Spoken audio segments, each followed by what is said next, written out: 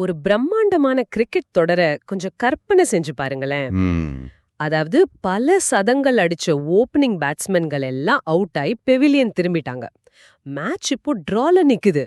இப்போ கடைசி இடத்துல களமிறங்குற ஒரு பவுலர். அந்த டெய்லெண்டர்னு சொல்லுவாங்களே அவங்களா? ஆமா, கரெக்ட். அந்த ஒரு டெய்லெண்டர் இந்த முழு தொடரோட முடிவையே நிர்ணயிக்க போறாரு அப்படின்னா அந்த மைதானத்தோட பதட்டம் எப்படி இருக்கும்? கண்டிப்பா ஒரு மிகப்பெரிய எதிர்பார்ப்பு இருக்கும். சரியா? அதே பதற்றத்துல தான் இன்னைக்கு, அதாவது மே 5, 2026 அன்னைக்கு ஒட்டுமொத்த தமிழ்நாடும் இருக்குன்னு சொல்லணும். நீங்க நியூஸ் தொடர்ந்து பார்க்கறவரா இருந்தாலும் சரி, இல்ல அரசியல் செய்திகளே வேணான்னு ஒதுங்கி இருக்கிறவரா இருந்தாலும் சரி, இந்த ஒரு செய்தி நிச்சயமா உங்க கவனத்தை ஈர்த்திருக்கும். உண்மைதான். இது யாருமே எதிர்பார்க்காத ஒரு திருப்பம். ஒரு பக்கம் பலமான வாக்கு வங்கி, இன்னொரு பக்கம் ஆனா ஆட்சி அமைக்க முடியுமா அப்படிங்கிற ஒரு பெரிய கேள்விக்குறி. இதற்கெல்லாம் விடை தேட தமிழ் ஒன் இண்டியா செய்தி தளத்துல வெளியான ஒரு மிக விரிவான அரசியல் கட்டுரைய ஆதாரமா வச்சு இன்றைய அரசியல் களத்தோட ஆணிவேர் வரைக்கும் போய் நாம அலச போறோம். இந்த விவாதத்தோட நோக்கம் என்னன்னா, இந்த தேர்தல் முடிவுகள் ஒரு ஹங் அசெம்பிளியை உருவாக்கியிருக்கு. அதாவது எந்த ஒரு கட்சிக்கும் அறுதி பெரும்பான்மை இல்லாத ஒரு இழுபறி நிலை. ஆமா, யாருக்குமே அந்த மேஜிக் நம்பர் கிடைக்கல. எக்ஸாக்ட்லி. இந்த அரசியல் சதுரங்க விளையாட்டுல நாம யாருமே அதிகம் கவனிக்காத சில காய்கள் தான் இப்போ ஒட்டுமொத்த மாநிலத்தோட தலையெழுத்தையே தீர்மானிக்க போகுது அப்படிங்கறத நாம புரிஞ்சுக்கணும். சரி, இத கொஞ்சம் விரிவாகவே பார்ப்போம். இந்த ஒட்டுமொத்த நிகழ்வுக்கும் மையப்புள்ளியா இருக்கிற முதல் காய் ஆளுநரோட அறிவிப்பு. தனிப்பெரும் கட்சியா உருவெடுத்துள்ள தமிழக வெற்றிக் கழகத்தோட தலைவர் விஜய் ஆளுநரை சந்திச்சு ஆட்சி அமைக்க உரிமை கோரியிருக்காரு. ம். அவருக்கு மெஜாரிட்டியை நிரூபிக்க ஆளுநர் 14 நாட்கள் அவகாசம் கொடுத்திருக்காரு. நீங்க செய்தித்தாளை படிக்கும்போது இது ஒரு சாதாரண நடைமுறையா உங்களுக்கு தெரியலாம். ஆனா இந்த 14 நாட்கள் அப்படிங்கிறது வெறும் நாட்காட்டி கணக்கு இல்ல, இது ஒரு மிகப்பெரிய கவுண்ட் டவுன். நீங்க சொல்றது 100க்கு 100 உண்மை. அந்த 14 நாட்கள் எப்படிப்பட்ட விளைவுகள் ஏற்படுத்தும்னு புரிஞ்சிக்க நம்ம சட்டமன்றத்தோட அடிப்படை கணிதத்தை கொஞ்சம் பார்க்கணும். மெஜாரிட்டியை நிரூபிக்க, அதாவது ஃப்ளோர் டெஸ்ட் அப்படின்னு சொல்லப்படுற நம்பிக்கை வாக்கெடுப்புல ஜெயிக்க 118 எம்எல்ஏக்களோட ஆதரவு தேவை. அந்த 118 தான் இப்போதைக்கு தமிழக அரசியலோட பாஸ்வேர்டு. ஆமா, விஜய் தனிப்பெரும்பான்மை பெறல அப்படின்னாலும் ஆளுநர் மரபுப்படி அதிக இடங்களை வென்ற ஒற்றை கட்சி அப்படிங்கிற அடிப்படையில அவரை முதல்ல ஆட்சி அமைக்க அழைச்சிருக்காரு. ஓஹோ, அப்போ அது சட்டப்படியான ஒரு நடவடிக்கை தான். கண்டிப்பா. ஆனா இப்போ விஜய்க்கு அந்த 118 அப்படிங்கிற மேஜிக் நம்பரத்தோட சில எம்எல்ஏக்கள் குறைவாக இருக்காங்க. அந்த குறையை நிரப்ப போறது யாருங்கிறது தான் இப்போதைய $1 மில்லியன் கேள்வியே. இங்கதான் நான் முதல்ல சொன்ன அந்த கிரிக்கெட் டெய்லெண்டர் உதாரணம் உள்ளே வருது. ஒட்டுமொத்த அரசியல் களத்தோட மையப்புள்ளியா இப்போ இருக்கிறது யாருன்னு பாத்தீங்கன்னா வெறும் 5 இடங்களை மட்டுமே வென்றுள்ள பாமக. இதுதான் இந்த எலெக்ஷனோட பெரிய ட்விஸ்ட். தமிழ் ஒன் இந்தியா கட்டுரை இத மிக தெளிவா சுட்டி காட்டுது. ஆனா எனக்கு என்ன புரியலன்னா, 234 தொகுதிகள் கொண்ட ஒரு மாநிலத்துல வெறும் 5 எம்எல்ஏக்களை வச்சுக்கிட்டு ஒருத்தர் எப்படி கிங் மேக்கர் ஆக முடியும்? இத பொருளாதாரத்துல மார்ஜினல் யூட்டிலிட்டி அப்படின்னு சொல்லுவாங்க. கொஞ்சம் விளக்கமா சொல்ல முடியுமா? அதாவது உங்களுக்கு ரொம்ப தாகமா இருக்கும்போது குடிக்கிற முதல் டம்ளர் தண்ணியோட மதிப்பும் 10வது டம்ளர் தண்ணியோட மதிப்பும் ஒண்ணு இல்ல. விஜய்க்கு இப்போ தேவைப்படுற அந்த சில எம்எல்ஏக்கள் தான் அவரோட முதல் டம்ளர் தண்ணீர். எம்எல்ஏக்கள் தான் அவரோட தாகத்தை தீர்க்க போறாங்க. கரெக்ட். தேர்தல் அரசியல்ல எண்ணிக்கை அப்படிங்கறத விட அந்த எண்ணிக்கை யாருக்கு எந்த நேரத்துல எவ்வளவு அவசரமா தேவைப்படுது அப்படிங்கிறது தான் அதோட மதிப்பை தீர்மானிக்குது. இந்த 5 எம்எல்ஏக்கள் இல்லாம தவகவால சட்டசபையில ஒரு அடி கூட எடுத்து வைக்க முடியாது அப்படிங்கறத பாமக ரொம்ப தெளிவா உணர்ந்திருக்காங்க. அதோட வெளிப்பாடுதான் இப்போ திரைமறைவுல நடக்கிற அதிகாரப்பூர்வமற்ற பேச்சுவார்த்தைகள்.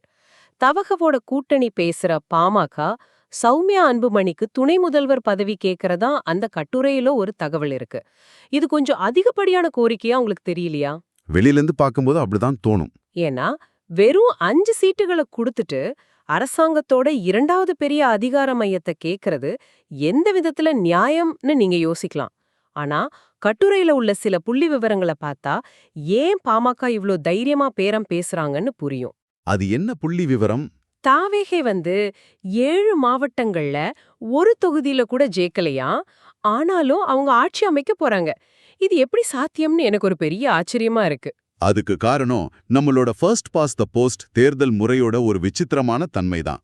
ஒரு குறிப்பிட்ட பகுதியில மட்டும் அதீத வாக்குகளை குவித்து பெருவாரியான இடங்களை வெல்வது, அதே சமயம் வேறு சில பகுதிகளில் முற்றிலுமா துடைத்தெறியப்படுவது. ஓ, அதாவது ஒரு பரவலான வெற்றி இல்லாம குறிப்பிட்ட இடங்கள்ல மட்டும் பலமா இருக்கிறது. ஆமாங்க. இது ஒரு மாநிலம் தழுவிய அலையை காட்டிலும் ஒரு குறிப்பிட்ட சமூக அல்லது பிராந்திய அளவிலான ஆதிக்கத்திலே காட்டுது. இந்த கட்டுரை இன்னொரு அதிர்ச்சிகரமான தகவலையும் முன்வைக்குது. சில தொகுதிகள்ல வெற்றி தோல்வி வெறும் ஒரு வாக்கு வித்தியாசத்துல கூட நிர்ணயிக்கப்பட்டிருக்கு. ஒரு வாக்கா? அப்போ போக்கு எவ்வளவு கடுமையா இருந்திருக்கு பாருங்க. அதாவது நீங்க அன்னைக்கு காலையில ஓட்டு போட போகாம தூங்கியிருந்தா உங்க தொகுதியோட எம்எல்ஏவே மாறியிருப்பாரு. இது எதை குறிக்குதுன்னா, மக்களோட வாக்குகள் அத்தனை கடுமையா பிளவுபட்டிருக்கு. 4 முனை போட்டி வரும்போது 25% வாக்குகளை வாங்கியவர் கூட வெற்றியாளரா அறிவிக்கப்படலாம். மீதமுள்ள 75% மக்கள் அவரை நிராகரிச்சிருந்தாலும் கூட இல்லையா? எக்ஸாக்ட்லி. நீங்க சொல்றது மிக முக்கியமான ஒரு பதிவு. கோவையில திமுக மற்றும் அதிமுகவுக்கு ஒரு பெரிய ஷாக் கொடுத்து தவைக வென்றிருக்கு அப்படின்னு கட்டுரை குறிப்பிடுவது இதனாலதான். பாரம்பரியமான வாக்கு வங்கிகள் இப்போ உடைஞ்சிருக்கு. அப்போ இந்த வாக்குப்பிழவு தான் எல்லாத்துக்கும் காரணமா? கண்டிப்பா வாக்குகளோட இந்த அதீத பிளவுதான் ஒட்டுமொத்த தேர்தல் முடிவையும் யாருக்கும் பெரும்பான்மை இல்லாத ஒரு ஹங் அசெம்பிளியா மாத்திருக்கு. இந்த பிளவுபட்ட தேர்தல் முடிவுகள் தான் இப்போ பாமகவுக்கு இவ்வளவு பெரிய பேர பலத்தை கொடுத்திருக்கு. சரி, பாமக துணை முதல்வர் பதவி கேட்பதுனே வச்சுக்குவோம். இப்போ ஆட்சி அமைக்கிறது தான் விஜயோட முதல் இலக்கு. அதனால அந்த பதவியை கொடுத்துட்டு முதலமைச்சர் நாற்காலியில அவர் கெத்தா உட்கார்ந்துடலாமே. இத முடிச்சு வைக்கிறதுல என்ன இவ்ளோ தயக்கம்? இங்கதான் விஷயம் ரொம்ப சுவாரஸ்யமா மாறுது. இது வெறும் இரு கட்சிகளுக்கு இடையிலான பிரச்சனை மட்டும் இல்ல. இங்கதான் அந்த செய்தி கட்டுரை ஒரு மிகப்பெரிய ட்விஸ்ட வெளியிடுது. என்ன அது? சீனுக்குள்ள வருது டெல்லி.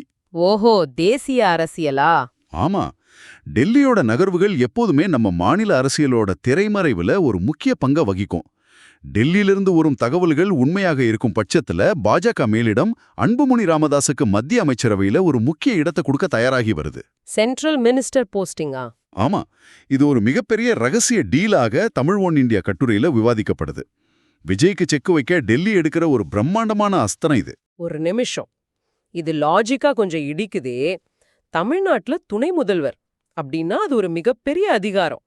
போலீஸ், பப்ளிக் ஒர்க்ஸ்னு மாநிலத்தோட நாடி நரம்புகளை கையில வச்சிருக்கலாம். அதை விட்டுட்டு டெல்லியில போய் ஒரு மத்திய அமைச்சர் பதவியை வாங்குறது பாமகவுக்கு எந்த விதத்துல லாபமா இருக்கும்? அது நியாயமான கேள்விதான். ஒரு மாநிலத்தோட துணை முதல்வர் பதவியை விட மத்தியில ஒரு அமைச்சர் பதவி எதற்காக பாமகவுக்கு பெரியதாக தெரியும்? இத நம்ம கொஞ்சம் ஆழமா பார்க்கணும். நீங்க அதிகாரத்தோட அளவை மட்டும் பார்க்கறீங்க, அதிகாரத்தோட ஆயுளே பார்க்கல. அதிகாரத்தோட ஆயுளா? கொஞ்சம் தெளிவா சொல்லுங்களேன். அதாவது ஒரு புது கட்சியோட, அதுவும் எந்த அரசியல் முன் அனுபவமும் இல்லாத தவைகவோட தலைமையின் கீழ் துணை முதல்வராய் இருக்கிறது அப்படிங்கிறது ஒரு காகித கப்பல்ல பயணம் செய்யறது போல. ஓ, ஸ்டெபிலிட்டி இருக்காதுன்னு சொல்றீங்களா? எக்ஸாக்ட்லி. எந்த புயல்ல ஆட்சி கவிழும், எப்போ முதலமைச்சருக்கும் துணை முதல்வருக்கும் மோதல் வரும்னு யாருக்கும் தெரியாது. விஜய் நினைச்சா ஒரே கையெழுத்துல துணை முதல்வரை பதவியிலிருந்து நீக்கிடலாம். இதுல ஒரு நிரந்தரமே இல்ல. ஓஹோ, அதாவது மாநில அரசியல்ல துணை முதல்வர் பதவிக்கு இப்போ இருக்கிற சூழல்ல கேரண்டி இல்ல. ஆனா மத்தியில அமைச்சர் அப்படின்னா அது ஒரு தேசிய கூட்டணியோட பாதுகாப்பை கொடுக்குது, அப்படிதானே? சரியா புடிச்சிங்க.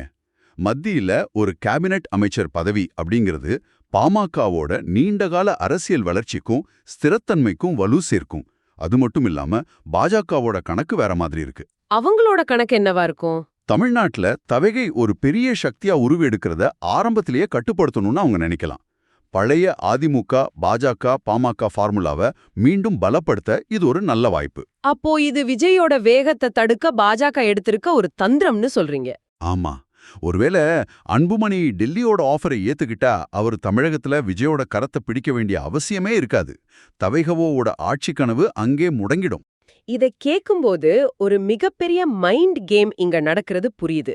ஆளுநர் கொடுத்த அந்த 14 நாட்கள் கெடுவுக்குள்ள விஜய்க்கு ஒரு மன அழுத்தத்தை கொடுக்கறதுக்காகவே இந்த டெல்லி ஆஃபர் அப்படிங்கிற தகவல் களத்துல கசியவிடப்பட்டிருக்குமோ அப்படின்ற ஒரு சந்தேகம் எனக்கு வருது. அதுவும் அரசியல்ல சகஜம்தான். பிரஷர் பில்ட் பண்றதுக்கான தந்திரமா கூட இருக்கலாம். சரி, ஒரு வாதத்துக்கு வச்சுப்போம். அன்புமணி ராமதாஸ் டெல்லி ஆஃபரை ஏத்துக்கிறாரு. தவைகவுக்கு நாங்க ஆதரவு தரமாட்டோம்னு சொல்லிட்டாரு. அடுத்து என்ன நடக்கும்? விஜய்க்கு வேற வழி இல்லையா? வேற வழி இருக்கு. ஆனா அது நெருப்புல நடக்கிறதுக்கு சமம். ஏங்க அப்படி சொல்றீங்க? பாமக பின்வாங்கிட்டா விஜய்க்கு முன்னால இருக்கிற ஒரே ஆப்ஷன் எடப்பாடி பழனிசாமி தலைமையிலான அதிமுகவோட தயவ நாடுறது தான். வேற எந்த கட்சியும் அவங்களுக்கு அந்த நம்பரை கொடுக்க முடியாது. இது கற்பனை செஞ்சு பார்க்கவே ஒரு மாதிரி இருக்கே. எலெக்ஷன் முழுக்க ஒருத்தரை கடுமையா விமர்சனம் செஞ்சுட்டு இப்போ அதிகாரத்துக்காக அதே நபர்கிட்ட போய் கையேந்துறது போல இருக்குமே. ஆமா, அது ரொம்ப கஷ்டமான நிலைமை தான். தேர்தல் பிரச்சாரம் முழுவதும் அதிமுகவை கடுமையா எதிர்த்து வந்த தவக இப்போ அதே அதிமுகவிடம் ஆதரவு கேட்டா மக்கள் அதை எப்படி பாப்பாங்க? இது ஒரு முக்கியமான கேள்வி எழுப்புது.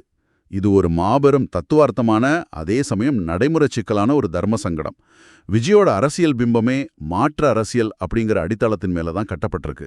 ஆமா, நான் திராவிட கட்சிகளுக்கு ஒரு மாற்றுன்னு தானே அவர் சொல்லிட்டு வராரு. கரெக்ட். ஊழலற்ற புதியதொரு அரசியல் கலாச்சாரம்னு சொல்லி தான் அவர் மக்கள்கிட்ட வாக்குகளை சேகரிச்சாரு. இந்திய தேர்தல் அரசியலோட மிகப்பெரிய சாபக்கேடு என்னன்னா, ஒரு சிஸ்டத்தை மாத்துறதுக்காக நீங்க மக்களோட வாக்குகளை வாங்குவீங்க. ஆனா அதே சிஸ்டத்தோட ஒரு அங்கமா மாறினா மட்டும்தான் உங்களால அதிகாரத்தை அடைய முடியும் அப்படிங்கிற நிலை வரும். நீங்க சொல்றது ரொம்ப ரொம்ப ஆழமான ஒரு பாயிண்ட். மாற்று அரசியல்னு பேசிட்டு எடப்பாடி பழனிசாமியோட ஆதரவோட ஆட்சியில அமர்ந்தா தவைக கட்டி எழுப்புன அந்த பிம்பம் மழமழன்னு உடைஞ்சு விழுந்துடும்ல. கண்டிப்பா. இவங்களும் அதிகாரத்துக்காக எந்த சமரசமும் செஞ்சுக்குவாங்க அப்படிங்கிற எண்ணம் பொதுமக்களோட மனசுல ஆழமா பதிஞ்சிடும். இது விஜய்க்கு மிகப்பெரிய தர்ம சங்கடம். சரி, இந்த தர்ம சங்கடத்தை தவிர்க்க நினைச்சு அவர் அதிமுக கிட்ட ஆதரவு கேட்கல அப்படின்னா என்ன ஆகுறது? அது நேரடியாக ஒரு அரசியல் தற்கொலைக்கு தான் வழிவகுக்கும். அதிமுகவோட ஆதரவும் கிடைக்காம பாமகவும் கைவிரிச்சுட்டா, சட்டசபையில நம்பிக்கை வாக்கெடுப்பு நடக்கும்போது தவகவால 118 எம்எல்ஏக்களோட ஆதரவை காட்ட முடியாது. அரசு கவிழும். அரசு கவிழ்ந்துட்டா அப்புறம் என்ன பண்றது? அப்படி நடந்தா ஆளுநருக்கு வேற வழியே இல்ல. உடனடியாக ஆட்சியை கலைச்சிட்டு மறுதேர்தலுக்கு தான் உத்தரவிடணும். மறுதேர்தலா? அத்தி, இது எந்த அரசியல் கட்சியாவது இப்ப விரும்புமா? இப்போதான் ஒரு மாபெரும் தேர்தலை சந்திச்சு மாசக்கணக்குல பிரச்சாரம் செஞ்சு கோடிக்கணக்குல செலவு செஞ்சு எம்எல்ஏ ஆயிருக்காங்க. அதான் பிரச்சனையே. 6 மாசத்துக்குள்ள மீண்டும் ஒரு தேர்தலை சந்திக்கணும் அப்படின்னா களத்துல இருக்கிற தலைவர்களை விட சத்திய வெற்றி பெற்ற அந்த எம்எல்ஏக்களே கொதித்தெழுந்துட மாட்டாங்களா? நிச்சயமா. மறுதேர்தல் அப்படிங்கிறது எல்லா கட்சிகளுக்கும் ஒரு சிம்ம சோப்பனம் தான். குறிப்பா பாமக மாதிரி கட்சிகளுக்கு இது மிகுந்த ஆபத்தானது. ஏன்னா அவங்க இந்த தடவை ஜெயிச்ச 5 சீட்டுகளை மறுபடியும் ஜெயிப்பாங்களான்னு சொல்ல முடியாது. ஆமா, மக்கள் மைண்ட் செட் மாறிடலாம். ஆமா, அடுத்த தேர்தல்ல மக்கள் வேற மனநிலைக்கு மாறி ஒட்டுமொத்தமா வேறொரு கட்சிக்கு வாக்களிச்சுட்டா என்ன பண்றதுங்கிற பயம் இருக்கும். அதனாலதான் அன்புமணிக்கு டெல்லி ஆஃபர் ஒரு மிக பாதுகாப்பான பாதையை உருவாக்கி கொடுக்குதுன்னு தமிழ் ஒன் இந்தியா கட்டுரை ஆணித்தரமா கூறுது. இந்த குழப்பங்களுக்கு நடுவுல கட்டுரையில குறிப்பிடப்பட்டிருக்க இன்னொரு முக்கியமான விஷயத்தையும் நம்ம தொட்டு செல்லணும். இந்த தேர்தல் முடிவுகளை, குறிப்பா விஜயோட எழுச்சிய ஓராண்டுக்கு முன்பே தேர்தல் வியூக நிபுணர் பிரசாந்த் கிஷோர் கணிச்சிருந்தார் அப்படிங்கிற தகவல். பிகேவோட கணிப்பு ரொம்பவே துல்லியமா இருந்திருக்கு. ஆமா, அவர் கணிச்சபடியே எந்த அலை வீசினாலும் ஒரு குறிப்பிட்ட சதவீத வாக்குகள் மட்டுமே மாறும், மீதமுள்ளவ அப்படியே இருக்கும் அப்படிங்கிறது இப்போ நிரூபணமாகிருக்கு. அதுக்கான மிகச்சிறந்த உதாரணம் சேலம். ஒரு பக்கம் விஜய் அலை தமிழ்நாடு முழுவதும் வீசியதா சொல்லப்பட்டாலும் எடப்பாடி பழனிசாமியோட சேலம் கோட்டைய அந்த அலையால அசைக்க கூட முடியல. ஓ, சேலத்துல அதிமுக அவங்க இடத்தை தக்க வச்சிட்டாங்களா? ஆமாங்க, அதிமுக தனது உண்மையான வாக்கு வங்கியை அங்க ரொம்ப ஸ்ட்ராங்கா தக்க வச்சிருக்கு. பிஆர் ஏஜென்சிகள் உருவாக்குற பிம்பங்களுக்கும் களத்துல இருக்கிற உண்மையான வாக்கு வங்கி அரசியலுக்கும் உள்ள வித்தியாசத்தை இது அப்பட்டமா காட்டுது. அதே சமயம் கட்டுரை இன்னொரு தரப்போட நிலையையும் சுட்டிக்காட்டுது. ஆளுங்கட்சியா இருந்த திமுக மற்றும் அதோட தலைவர் ஸ்டாலின் இந்த தேர்தல் முடிவுகளால கடும் அதிர்ச்சியில உறைந்து போயிருக்காங்கன்னு கட்டுரையில எழுதப்பட்டிருக்கு. அது நியாயமான அதிர்ச்சி தான். ஏன்னா அவங்க நிறைய எதிர்பார்த்தாங்க. ஆமா, பலமான கூட்டணிகள் நலத்திட்டங்கள் இருந்தும் இப்படி ஒரு முடிவு வரும்னு அவங்க சற்றும் எதிர்பார்க்கல அப்படிங்கிறது கட்டுரை கோடிட்டு காட்டுது. இப்போ இந்த எல்லா நிகழ்வுகளையும் ஒன்னா இணைச்சு பாருங்க. ஒரு பக்கம் பிரசாந்த் கிஷோரோட தரவு சார்ந்த கணிப்புகள், இன்னொரு பக்கம் சேலத்துல எடப்பாடியோட மாறாத வாக்கு வங்கி, மறுபக்கம் டெல்லியோட அந்த உளவியல் ஆட்டம். எக்ஸாக்ட்லி. மற்றும் 5 எம்எல்ஏவை வச்சுக்கிட்டு காய்களை நகர்த்தும் அன்புமணி. இது எல்லாத்துக்கும் நடுவுல மாற்று அரசியல் அப்படிங்கிற தனது கொள்கையை காப்பாத்திக்க போராடும் ஒரு புதிய தலைவர். இந்த ஹங் அசெம்பிளி அப்படிங்கிறது வெறும் எண்களோட குறைபாடு மட்டும் இல்ல, இது தமிழ்நாட்டோட அரசியல் மனநிலையோட ஒரு பிரதிபலிப்பு. இதை விட தெளிவா இந்த சூழலை யாருமே விளக்க முடியாது. அப்போ இதற்கெல்லாம் என்ன அர்த்தம்? நாம இப்போ விவாதித்த இந்த விரிவான கட்டுரையோட மைய கருத்தை ஒரு சேர பாப்போம். சொல்லுங்க. தரித முகாமிலே இப்போ உலக வருமமான அமைதி நிலவுது. ஆளுநர் கொடுத்த அந்த 14 நாள் கேடுவுல ஒவ்வொரு நாளும் ரொம்ப வேகமா ஓடிக்கிட்டு இருக்கு. திரைக்கு பின்னால் ரிசோர்ட்டுகள்ல எம்எல்ஏக்களை பாதுகாக்கிறது, தொடர் தொலைபேசி அழைப்புகள், ரகசிய பேரங்கள் என ஒரு மிகப்பெரிய யுத்தமே நடந்துட்டு இருக்கலாம். கண்டிப்பா நடந்துட்டு தான் இருக்கும். அன்புமணி ராமதாஸ் டெல்லியோட வலையில விழப்போறாரா அல்லது தமிழக அமைச்சரவையில துணை முதல்வரா அங்கம் வகிக்க போறாரா அப்படிங்கறத பொறுத்துதான் ஒட்டுமொத்த தமிழகத்தோட அடுத்த 5 கால எதிர்காலமே அமையப் போகுது. நீங்க இதை ஏதோ சாதாரணமா ஒரு செய்தியா கடந்து போக முடியாது.